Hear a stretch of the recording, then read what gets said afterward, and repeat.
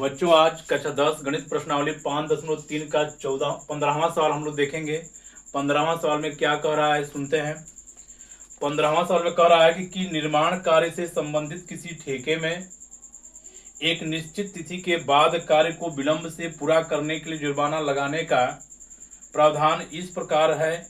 पहले दिन के लिए जुर्माना 200 रुपया, दूसरे दिन के लिए 250, तीसरे दिन के लिए 300 आदि, अर्थात प्रत्येक उत्तरोत्तर दिन का जुर्माना पहले से ठीक पहले दिन के जुर्माने से 50 रुपये अधिक है। एक ठेकेदार को जुर्माने के रूप में कितनी धनराशि अदा करनी पड़ेगी यदि इस कार्य में कुल 30 दिन का विलंब कर देता है। यानी एक जो ठेकेदार है पहले दिन के लिए जुर्माना वो दे रहा है 200 रुपया, दूसरे के लिए 250 रुपया। तो पहले दिन का जुर्माना लिखेंगे 200 रुपया, दूसरे दिन का 250 रुपया, तीसरे दिन का 300 रुपया, ऐसे 50 रुपया सब में बढ़ाते हुए वह 30 दिन विलंब करता है। तो 30 दिनों तक के लिए कुल कितने रुपए देना पड़ेगा। तो यहाँ पर हम लोग इसको देख रहे हैं कि एक समांतर श्रेणी बन रहा है। ये पहला पद हो जाएगा a बराबर 200, d बराबर इसमें से इसको घटा देंगे तो मिल जाएगा 50, और n बराबर लिखेंगे 30, और इसमें यन हमसे पूछ रहा है, n पदों का योगफल पूछ रहा है। तो यन हमको निकालना होगा, तो सूत्र निकालते हैं n/2 into 2a plus n minus 1 into D. चलिए निकालते हैं। यस n की जगह पर 30, n की जगह पर 30/2, ये हो जाएगा 2a की जगह पर 200, n की जगह पर 30 माइनस 1 d की जगह पर 50। अब इसी का कैलकुलेशन कर लेते हैं। ये हो जाएगा 30/2, 200 का 2 में गुणा कर लेंगे, ये हो जाएगा 400। 30 में से घटा देंगे 29 गुणित 50, ये बन जाएगा 30/2 गुणित ये 400 प्लस गुणा कर लेंगे 5 9 45 को 5, 5 दूना के 10 4 14। फिर से एक बार मिलाते हैं। 5 9 45 को 5, 5 दूनी के 10 4 14, ये हो जाएगा 30/2 गुणित इसको जोड़ देंगे तो 1850 हो जाएगा। 2 से ही कटेगा, इसको कटा लेते हैं। 2 9 18, 2 दूनी के 4, 2 5 10। अब गुणा कर लेंगे, एक जीरो बढ़ जाएगा। 3 5 15 को 5, 3 दूनी के 6 1 7, और 3 9 27, 27,750 रुपया उसको जुर्माना देना होगा 30 दिन विलंब होने के लिए। ये इसका आंसर हो जाएगा। देखते हैं इसमें 15वां सवाल। 16वां सवाल, किसी स्कूल के विद्यार्थियों को उनके समग्र शैक्षिक प्रदर्शन के लिए 7 नकद पुरस्कार देने के लिए 700 रुपये की राशि रखी गई। कुल मिलाकर 7 पुरस्कार देना है और उस पुरस्कार को देने के लिए कुल राशि 700 रुपया है। प्रत्येक पुरस्कार अपने से ठीक पहले पुरस्कार से 20 रुपया कम है, तो प्रत्येक पुरस्कार का मान ज्ञात कीजिए। लिखेंगे माना कि पहला पुरस्कार ए है, लिख देंगे माना कि प्रथम पुरस्कार कितना है, ए रुपया है। अब इसके बाद जो मिलेगा इससे 20 रुपया कम मिलेगा, यानी जो अगला मिलेगा डी का मान जो होगा, डी हमको ऋण 20 कह देंगे, ऋण 20 हो जाएगा। तो इसमें कुल जो धनराशि दिया गया है, कुल धनराशि 700 रुपया है, और कितने पुरस्कार है 7। तो यन का मान हम लोग लिख लेंगे 7, यन का मान 7, और ये जो यस एन है माने यस 7 है, ये हमको धनराशि दिया गया 700। माने 7 पुरस्कारों को बांटने का कुल पैसा कितना है, 700 रुपया है। अब यहाँ पर हम लोग सूत्र जानते हैं, यस एन बराबर n/2 इंटू 2a। चलिए लिखते हैं, एस एन बराबर हमको दिया गया है यहाँ पर यस एन, यानी यस 7 का मान दिया गया है 700। तो यस n का मान सूत्र होता है जैसे n/2 यानी 7/2 इंटू 2a, a की जगह पर a, n की जगह पर 7 माइनस 1, d की जगह पर -20 बराबर हो गया 700। यानी n/2 2a plus n minus 1 into D, ये 7/2, ये 2a प्लस 7 में से घटा देंगे 6 का ऋण 20 में गुणा कर लेंगे, 6 दूना के 12, ऋण 120 हो जाएगा, बराबर हो गया 700। अब ये 7/2, इसमें से 2 कॉमन कर लेंगे तो यहाँ बन जाएगा a माइनस 60 बराबर ये हो जाएगा 700 रुपया। 2 से 2 कट जाएगा तो ये 7, चलिए 7 का हम गुणा कर लेते हैं, या 7 को इधर लेके चले जाएंगे तो a माइनस 60 बराबर 7 इसके बटा में चला जाएगा तो 700 बटा के 7 हो गया। 7 से कट जाएगा एक बार में, ये 100 हो जाएगा। तो a माइनस 60 बराबर हो गया 100, तो a बराबर ये इधर चला जाएगा तो 100 प्लस 60, तो एक मन कितना हो जाएगा 160। 160 यानी पहला पुरस्कार 160 हो जाएगा। तो दूसरा पुरस्कार कितना होगा, तो जैसे मान लेते हैं कि पहला पुरस्कार हो गया तो इसको यहाँ दिखा देते हैं, ये पहला पुरस्कार है 160, दूसरा पुरस्कार होगा इसमें 20 रुपया कम, तो 20 रुपया कम कर देंगे, 20 रुपया कम हो जाएगा तो 140, तीसरा का हो जाएगा 120, चौथा हो जाएगा 100, पांचवा हो जाएगा इसमें 20 कर देंगे तो 80, छठवां हो जाएगा 20 कम कर देंगे तो कितना 60, और सातवां जो हो जाएगा ये 40। तो ये पहला, दूसरा, तीसरा, चौथा, पांचवा, छठवां, सातवां ये इसके पुरस्कार हो जाएंगे। अगर हम इसको जोड़ेंगे तो ये 700 होना चाहिए। जोड़ के भी देख लेते हैं, ये 0, ये रफली कार्य समझने के लिए उत्तर से ये गलत है। 0, 6, 4, 10, 8, 18, 18, 18, 2, 20, 18, 2, 20, 20, 4, 24, 24, 36, 30 को 0 हाथ लगा 3, 3, 3, 3, 4, 1, 5, 1, 6, 1, 7। तो ये हम लोग का उत्तर का है, सही है। यानी पुरस्कार इसमें पहला मिलेगा 160, दूसरा 140, इसमें 20-20 रुपया कम होता चला जाएगा। ये 7 नगद पुरस्कार के दाम हो जाएंगे, मतलब कि पैसा हो जाएगा। 17वां सवाल देखते हैं। 17वां में क्या दिया गया है। 17 में लिख रहा है सवाल में कि एक स्कूल के विद्यार्थियों ने वायु प्रदूषण कम करने के लिए स्कूल के अंदर और बाहर पेड़ लगाने के बारे में सोचा। यह निर्णय लिया गया कि प्रत्येक कक्षा का प्रत्येक अनुभाग अपनी कक्षा की संख्या के बराबर पेड़ लगाएगा। यानी उदाहरण के तौर पर कक्षा 1 का एक अनुभाग 1 पेड़ लगाएगा, कक्षा 2 का एक अनुभाग 2 पेड़ लगाएगा, कक्षा 3 का एक अनुभाग 3 पेड़ लगाएगा इत्यादि। और ऐसा कक्षा 12 तक के लिए चलता रहेगा। प्रत्येक कक्षा के 3 अनुभाग हैं। इन स्कूलों के विद्यार्थियों द्वारा लगाए गए कुल पेड़ों की संख्या कितनी होगी। ध्यान देंगे, ये 12 क्लास होंगे, ये पहला, ये दूसरा, ये तीसरा, ऐसे करते करते 12 क्लास हैं। 12 क्लास में एक इसका 3 अनुभाग है, इसके 3 अनुभाग हैं, इसके भी 3 अनुभाग हैं, इसके भी 3 अनुभाग हैं। तो कक्षा 1 का विद्यार्थी 1 पेड़ लगाएगा, तो ये 3 अनुभाग है, तो ये मिलाकर के 3 पेड़ हो जाएंगे। ये कक्षा 2 वाले 2 पेड़ लगाएंगे, तो ये कुल मिलाकर के कितने पेड़ हो जाएंगे 6। 3 वाले 3 पेड़ लगाएंगे, तो 3 अनुभाग है, तो 3 3 के 9। ऐसा करके ये कितने क्लास हैं 12। तो ये 12 क्लास का, यानी 12 पदों तक का हमको पेड़ों की संख्या का योगफल निकाल लेना है। तो यहाँ पर देख रहे हैं कि एक समांतर श्रेणी बन रहा है। तो यहाँ लिखेंगे a बराबर 3, d बराबर 6 में से 3 घटा देंगे 3, और यहाँ पर n बराबर लिखेंगे 12। यहाँ पर सूत्र निकालते हैं Sn के लिए, यानी Sn मैंने यस 12 पदों का योगफल ज्ञात करना है। तो सूत्र जानते हैं Sn बराबर n बटा के 2 into 2a plus n minus 1 into d। अब ध्यान देंगे कि कक्षा 1 का विद्यार्थी एक ही पेड़ लगाएगा, कक्षा 2 वाले 2 पेड़ लगाएंगे, कक्षा 3 वाले 3। तो यहाँ पर सब कक्षा का 3 अनुभाग हैं। तो यहाँ पर 3 अनुभाग है, तो एक कक्षा का 1, फिर दूसरे वाला 1, फिर तीसरा वाला 1 तीनों कक्षा के मिलाकर के 3 पेड़ हो जाएंगे। ये 2 वाले जो है इनके 2 क्लास चल रहा है, तो एक क्लास लगाएगा 2 पेड़, हाई क्लास 2 पेड़, हाई क्लास 2 पेड़, तो 2 मिलकर के 6 पेड़ हो जाएंगे। 3 वाला 3 क्लास चल रहा है, तो एक क्लास लगाएगा 3 पेड़, फिर दूसरा का 3, फिर तीसरा का 3, तो ये 9 हो जाएगा। इस तरह से 12 क्लास हैं, तो 12 क्लास कुल मिलाकर के कुल कितने पेड़ लगाएंगे, यही हमसे पूछा गया है। तो यहाँ पर सूत्र भर देते हैं। यस n की जगह पर भरेंगे 12, n की जगह पर 12 बटा के 2, a की जगह पर 3, n की जगह पर 12, d की जगह पर 3। तो ये हो जाएगा 12 बटा के 2, ये 2 तिहाई 6, 12 में से घटा देंगे 11, 11 तिहाई 33। तो ये बन जाएगा, 2 से घटा देंगे 2 6 12, 33 और 6 39, 6 से गुणा कर लेंगे 6 9 54 को 4, 6 3 18 और 5 23। ये कुल मिलाकर के जो पेड़ निकलेंगे, ये लगाए जाएंगे, वो हो जाएगा 234।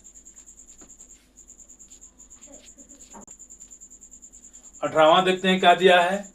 केंद्र ए से प्रारंभ करते हुए बारी बारी से केंद्रों ए और बी को लेते हुए त्रिज्याओं 0.5 centimetre, 1 centimetre, 1.5 centimetre, 2 centimetre dad करके वाले उत्तरोत्तर अर्धवृत्तों को खींचकर एक सर्पिल बनाया गया है, जैसा कि आकृति में दर्शाया गया है।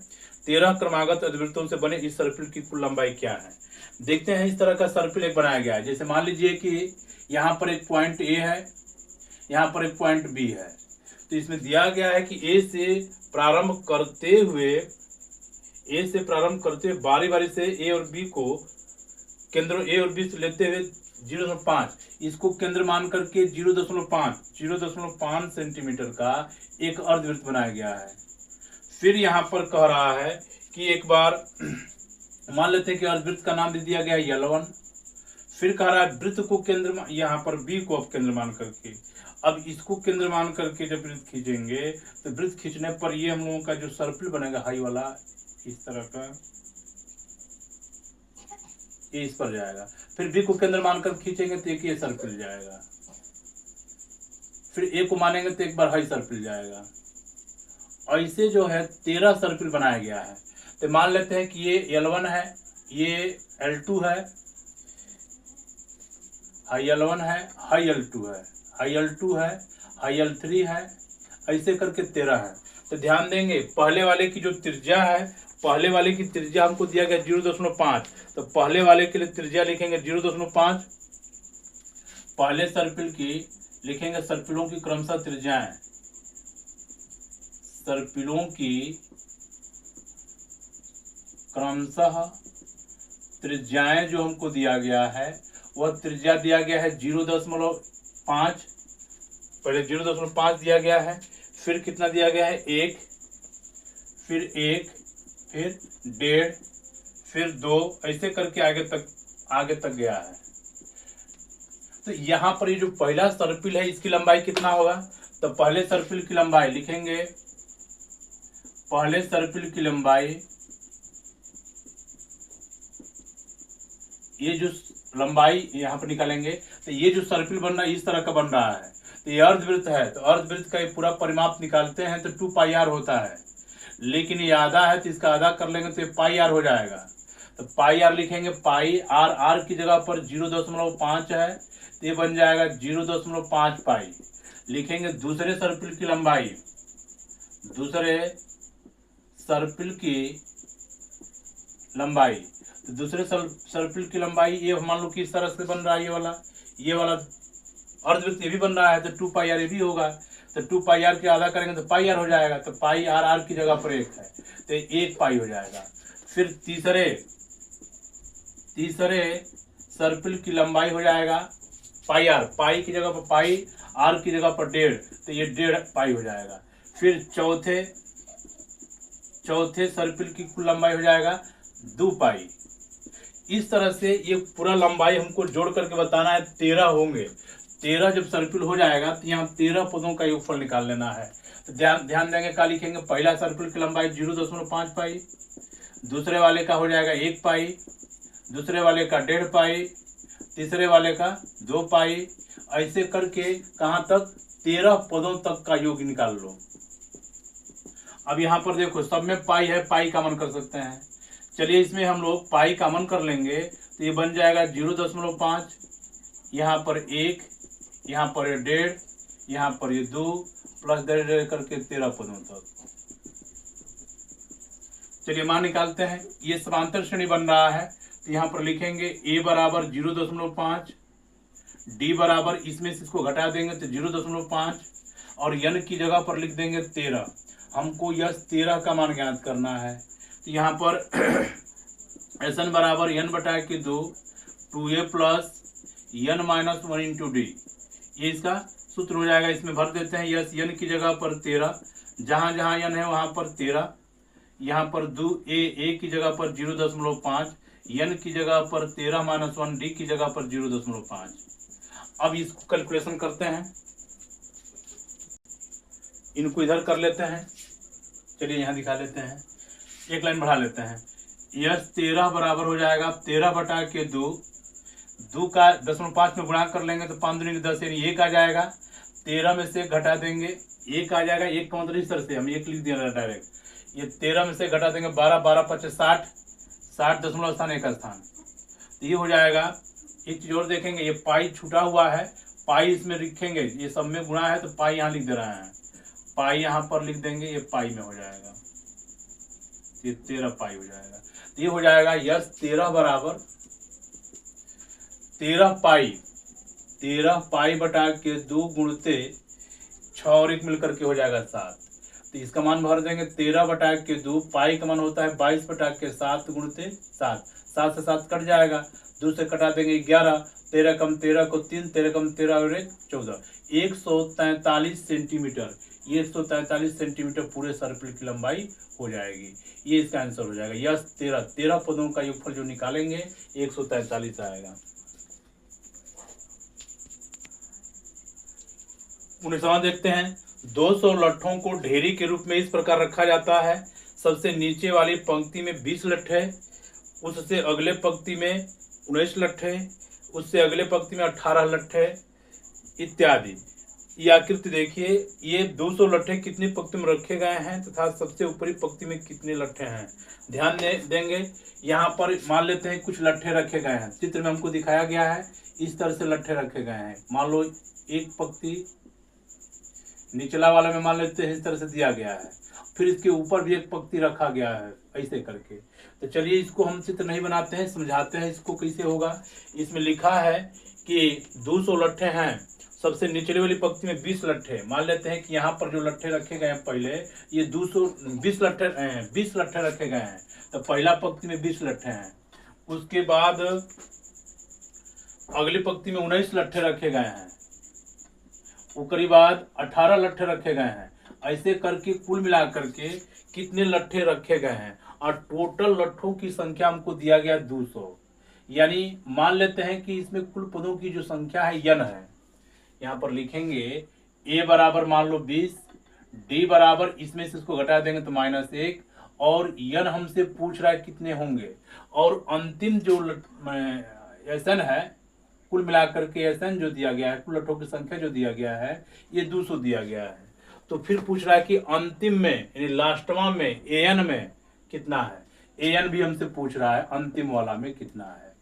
चलिए निकालते हैं। ये लिखेंगे SN बराबर हमको दिया गया है 200। SN का सूत्र होता है n/2 into 2a plus n-1 into d बराबर 200। n की जगह पर हमको नहीं पता है, a की जगह पर 20, n-1 इंटू d की जगह पर -1 बराबर ये 200। ये हो जाएगा n/2, 20 दूनी के 40, 1 से गुणा कर लेंगे -n प्लस 1 बराबर ये हो जाएगा 200। अब ये बन जाएगा n/2, 40 और 1 कितना हो जाएगा 41 माइनस n बराबर ये हो जाएगा 200। ये हो जाएगा n का इसमें गुणा कर लेंगे 41n, n का n में गुणा कर लेंगे n का स्क्वायर, ये बटा में 2 त्रिज्या गुणा कर लेंगे तो हो जाएगा 400। 2 का 200 में गुणा हो गया। और वही क्रम में इसको लिख लेते हैं बड़ा घात पहले, ये प्लस 41n, इसको इधर लेके आएंगे -400 बराबर इधर 0, माइनस से भाग कर देंगे तो n का स्क्वायर -41n, ये प्लस 400 बराबर 0। अब देखो ये द्विघात बहुपद बन गया। अब यह 400 का ऐसा गुणनखंड करो कि जोड़ने घटाने पर बीच वाला पद ये 41 प्राप्त हो जाए। तो चलिए देखते हैं 400 का गुणनखंड हम करते हैं। 400 ये 2 से कटेगा, ये 200, ये 100, 2 से कटाएंगे 50, ये 25, ये 5, 5 से कम 5। किसको किसको एक साथ ले लेंगे, देखिए इसमें किसको किसको एक साथ लेना है, इसको गुणनखंड करते हैं। ये देखते हैं 2 दूनी के 4, 4 दूनी के 8 5 40, 2 दूनी के 4, 4 5 20, 4 5 20, अब 5 5 25, 2 दूनी के 4 दूनी के 8 दूनी के 16, 16 25, 16 और 25, 6 5 11 को 1, 3 1 4 41, 16 25 को हो जाएगा। तो इसको लिखेंगे n का स्क्वायर, इसकी जगह पर 16 प्लस 25 गुणते n प्लस 400, ये हो जाएगा n का स्क्वायर -16n ये -25n, माइनस का गुणा करेंगे, माइनस का तो 25n प्लस 400 बराबर 0।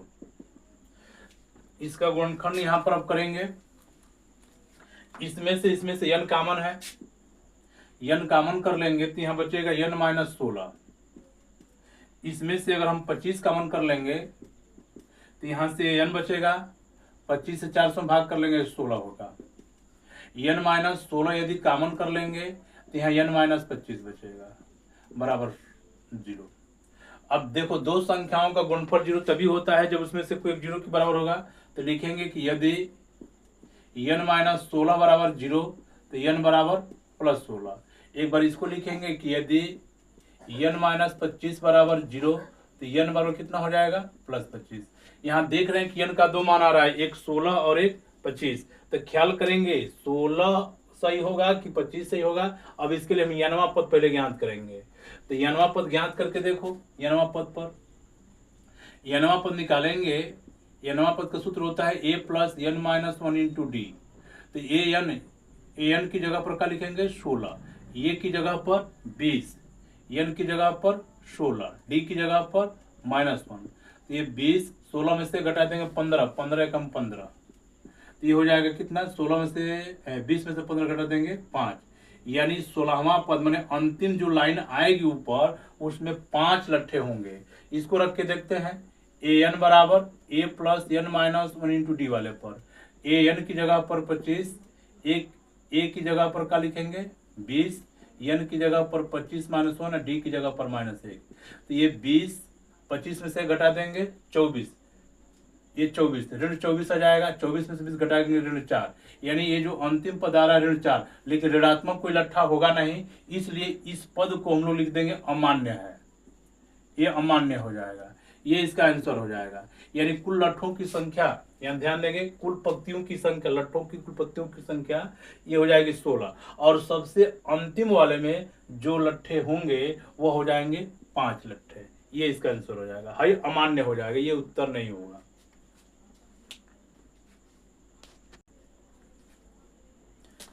देखते हैं चैप्टर का अंतिम सवाल 20वां। एक आलू दौड़ में प्रारंभिक स्थान पर एक बाल्टी रखी हुई है जो पहले आलू से 5 मीटर की दूरी पर है तथा अन्य आलुओं को एक सीधी रेखा में परस्पर 3 मीटर की दूरी पर रखा गया है। इस रेखा पर 10 आलू रखे गए हैं। प्रत्येक प्रतियोगी बाल्टी से चलना प्रारंभ करती है, निकटतम आलू को उठाती है, उसे लेकर वापस आकर दौड़कर बाल्टी में डालती है। दूसरा आलू उठाने के लिए वापस दौड़ती है, उसे उठाकर वापस बाल्टी में डालती है, और वह ऐसा तब तक करती रहती है जब तक सभी आलू बाल्टी में न आ जाए। इसमें प्रतियोगी की कुल कितनी दूरी दौड़नी पड़ेगी। अब यहाँ पर ख्याल करते हैं, इसमें हम दिया गया है कि इस तरह का एक रेखा है, यहाँ पर एक बाल्टी रखी गई है। मान लीजिए कि एक बाल्टी है, इस बाल्टी से, सवाल में दिया गया कि इस बाल्टी से 5 मीटर की दूरी पर, 5 मीटर की दूरी पर एक आलू रखा गया है। यहाँ पर इसकी दूरी कितना दिया गया है 5 मीटर। 5 मीटर की दूरी पर एक आलू है। फिर इससे 3-3 मीटर की दूरी पर, ये दूरी 3 मीटर है। फिर यहाँ से एक आलू है 3 मीटर की दूरी पर। इस तरह से 10 आलू रखे गए हैं। मान लीजिए 1, ये 2, 3, 4, 5, ऐसे करके 10 आलू रखा गया है। और एक लड़की जो है इस आलू को उठाती है और ले आकर के, मान लीजिए कि इसका पैर दिखा देते हैं इस तरह से, ये दौड़ करके, ये लड़की दौड़ करके आती है और इस आलू को इस बाल्टी में डालती है। चलिए इसको देखते हैं किस तरह से होगा। ये आलू को ले आकर के इस बाल्टी में डालती है, तो जब इसको पहला आलू उठाई होगी तो देखो इसमें दिया गया है कि आलू दौड़ में प्रारंभिक स्थान पर एक बाल्टी रखी हुई है जो पहले आलू से 5 मीटर की दूरी पर है तथा अन्य आलूओं को एक सीधी रेखा में परस्पर 3 मीटर की दूरी पर रखा गया है। एक सीधी रेखा में 10 आलू रखे गए हैं। प्रत्येक प्रतियोगी बाल्टी से चलना प्रारंभ करती है, यानी बाल्टी से चलेगी।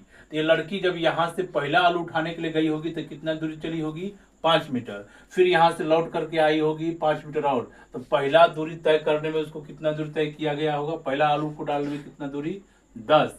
फिर दूसरा देखेंगे, ये दूसरा आलू के लिए यहाँ गई होगी तो ये 5 या 3, 5 3 8 गई होगी, 8 आई होगी, तो 8 और 8 16 मीटर की दूरी। फिर तीसरा के लिए 5 3 8 3 11 गई होगी, 11 आई होगी, यानी 22। तो यहाँ पर देख रहे हैं 10 16 22, यानी 6 का अंतर हो रहा है। तो अगला अगला दूरी तय करने के लिए उसको चलना होगा 16 16 6 22 22 6 28। ऐसा करके कितनी बार वो चला है? 10 बार, 10 बार निकालना है। तो इनकी दूरियों को हमको जोड़ लेना है। तो चलिए देखते हैं कि एक समांतर श्रेणी बन रहा है। तो ए बराबर लिखेंगे 10, डी बराबर इसमें से इसको घटा देंगे तो 6, और यन की जगह पर 10, और यहाँ पर यस यन हमको ज्ञात करना है कितनी दूरी चली होगी। तो चलिए सूत्र लगाते हैं। यस यन बराबर यन बटा के 2 इंटू 2a प्लस यन माइनस 1 इंटू डी। अब इसमें इसका मान भर लेते हैं। यस यन यन की जगह पर क्या लिखेंगे? 10, यन की जगह पर 10 बटा के 2, 2 ए की जगह पर 10, यन की जगह पर 10, डी की जगह पर 6। ये 10 बटा के 2, 10 दूनी के 20, 10 में से घटा देंगे 9, 9 6 54। ये हो जाएगा 10 बटा के 2, 54 और 20 जोड़ देंगे तो ये हो जाएगा 74। 2 से कटेगा 2 3 6, 2 7 14, 37 का 10 में गुणा कर लेंगे 370। यानी ये जो टोटल दूरी चली होगी वो लड़की, वह 370 मीटर की दौड़ दौड़ी होगी इन सभी आलुओं को इस बाल्टी में डालने के लिए। ये इसका आंसर हो जाएगा कि इस लड़की को सभी आलुओं को डालने के लिए कुल कितना दूरी दौड़नी पड़ी होगी? तो 370। ये हम लोगों का 5.3 का अंतिम सवाल था। फिर हम इसका ऐच्छिक प्रश्न अगले वीडियो में देखेंगे।